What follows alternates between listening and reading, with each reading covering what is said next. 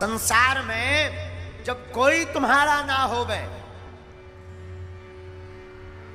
दुनिया साथ छोड़ देवे, तब घबराना मत, न परेशान होना, न चिंता में पड़ना। हम भारत के लोगों से कहेंगे, भैया जो जबलपुर के पागल यहां कथा सुन रहे, मेरे पागलों, मेरी प्रार्थना है दुनिया तुमको ठुकरा दे तो तुम हीन हीन मत समझना, तुम अपने आप का मन मलिन मत करना, चले आना गोविंद के दर पर, ये मुस्कुराकर तुमको गले लगाएंगे।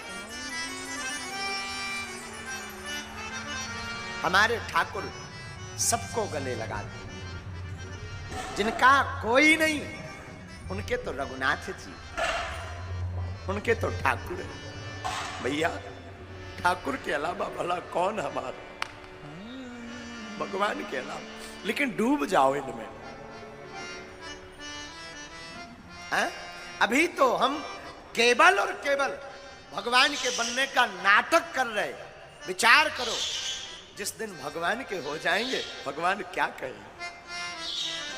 इस संसार में जब सब जगह से थक जाना, तब हमारी गोविंद की गली में आ जाना।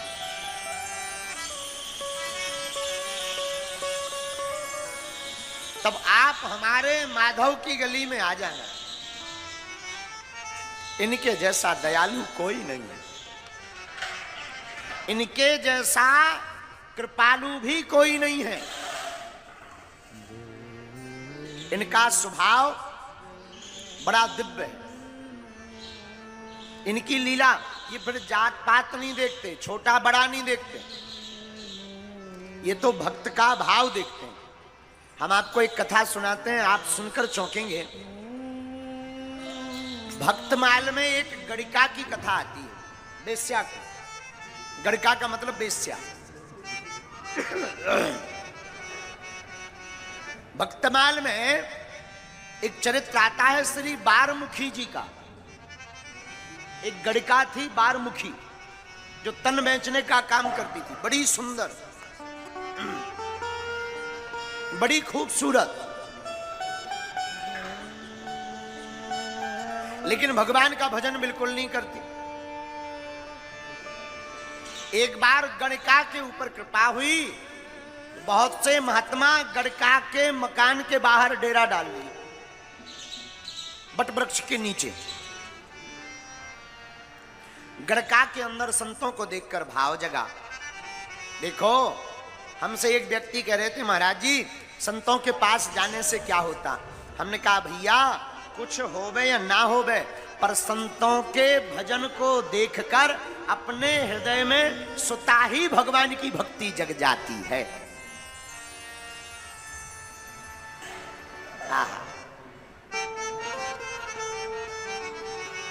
उस गणिका ने देखा सब महात्मा भगवान का भजन कर रहे, हमने अपना जीवन व्यर्था गमाया, वासना में लिप्त होकर गवाया, तन को बेचा, भगवान का नाम नहीं जपा। आंखों से आंसू भरकर रोने लगी। सोचने लगी, जब तक हमारा तन सुंदर है तब तक तो संसार के लोग हमें मानेंगे, उसके बाद हमारा क्या होगा।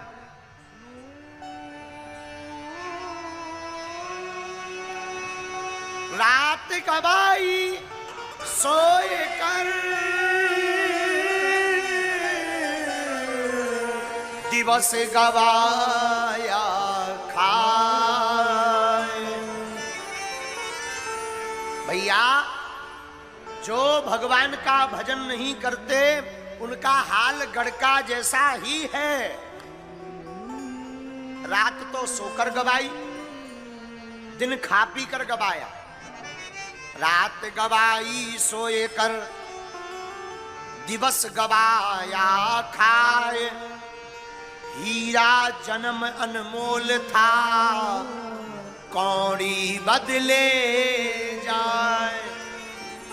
बड़ा अनमोल जीवन था भगवान के भजन के लिए, पर बेफिजूली में बर्बाद कर दिया, किसी काम का नहीं रहा। और ये संसार जब तक जेब गर्म है, तन पर खूबसूरती है, तब तक ये संसार तुम्हारा है। जहां चेहरे की चमक और जेब के नोट गए, तो कोई तुमको पूछने वाला नहीं है। गड़िका रोने लगी। हरि बिन कौन हमारो, अब तो बिना गोपाल के कौन हमारा है, सब व्यर्थ है। उसने क्या किया, जितनी संपत्ति थी एक थाल में सोना चांदी जवाहरात भरे महात्माओं के पास ले गई। महाराज, आपकी कृपा से, आपके दर्शन से हमारे अंदर भाव जगा है, ये स्वीकार करो सेवा। महात्माओं ने परिचय पूछा, कौन हो तुम? नीचे मूड डालकर, सिर डालकर बोली, महाराज हमारा परिचय मत दो, मैं बड़ी पापनी हूं, घोर पापनी, बेस्या हूं। महाराज मैं इतनी पापनी हूं, बाहर से तो मैं ठीक दिखाई पड़ रही, पर महाराज मैं इतनी पापनी हूं कि अगर मैं नरक में भी जाऊं तो नरक के जीव भी मुझसे घृणा करेंगे। मैं इतनी पापनी हूं, आप हमारा परिचय मत पूछो, आप तो हमारी सेवा स्वीकार करो।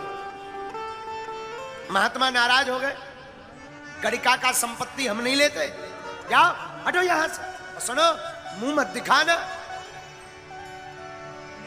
तुम्हें भगवान ने ये तन बेचने के लिए नहीं दिया, भगवान ने ये खूबसूरत तन परमात्मा को रिझाने के लिए दिया था, और तुमने 2 कौड़ी के कामी पुरुषों में सब बर्बाद कर दिया। वासना में डूबी रही, कामी पुरुषों का संग किया, अब तुम्हारा कोई नहीं है। गड़िका रोने लगी, आंखों में आंसू भरकर बोली, महाराज अगर गंगा नदी ही हमको त्याज्य कर देगी तो हमारा भला कैसे होगा, गुरु ही हमको त्याग देंगे तो शिष्य का कल्याण कैसे होगा। आप तो दयालु हो, आप तो स्वीकार करो। महात्माओं ने स्वीकार नहीं किया। महात्मा बोले, सुनो, तुम्हें ज्यादा पड़ी हो, ये सभी सोने चांदी को ले जाकर बेच दो, एक मुकुट बना लो, और श्री रंगनाथ जी ठाकुर जी के नाप का मुकुट बनाओ, और वो मुकुट ठाकुर जी को पहनाओ, कम से कम हमारे ऊपर से बलाए तो जाए। महात्माओं ने ऐसा सोचा कि संपत्ति ले लेंगे, हम भी बर्बाद हो जाएंगे। बात भी सही है महाराज, पहले के जमाने में अनीति का धन लेने से लोग बचते थे। माताएं समझाती थी अपने पतियों को, अनीति का धन ना आ जाए, बच्चों की बुद्धि बिगड़ जाएगी।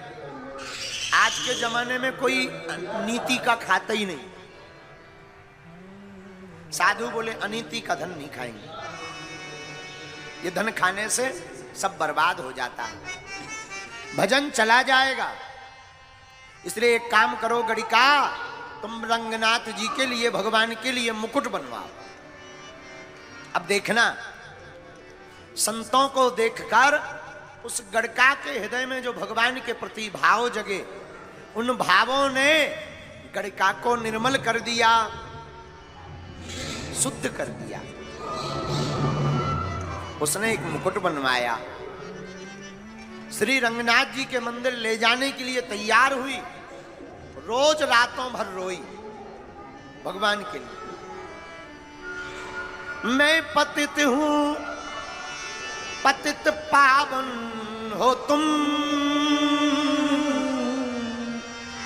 मैं अगर पापनी हूं, आप पाप हरण भी तो हो। हे नाथ, अगर आप ही हमको त्याग दोगे महात्माओं की भांति, तो कौन हमको सहारा देगा, कौन हमको ध्याएगा। हे नाथ, कौन हमारी खबर लेगा। और हाथ जोड़कर वो गड़का रोते रोते रातों को व्यतीत करती, आंखों से झरझर आंसू बहाती और गाते हुए कहती, हरि बिन कौन हमारो, हरि बिन कौन हमारो, हरि बिन कौन हमारो, हरि बिन कौन हमारो, हरि बिन कौन हमारो, हरि बिन कौन हमारो। भगवान के बिना कौन हमारा है? जिनका नाम पतित पावन है, जिनका नाम पतित पावन है, जिनका नाम पतित पावन है, जिनका नाम पतित पावन है, हमको भी पावन तारो, हमको भी पावन तारो। और गड़का रोते हुए वह कहने लगी, वह वेश्या, हरि बिन कौन हमारो, हरि बिन कौन हमारो। हे नाथ, आपने कोई साधारण पापी नहीं तारे। अगर आप पापी ही तारते हो तो हम भी पापी। और एक बात और, नाथ, आप हमारे जैसे पापी नहीं तारोगे तो आपको कोई सर्टिफिकेट नहीं देगा कि आप पतित पावन हो।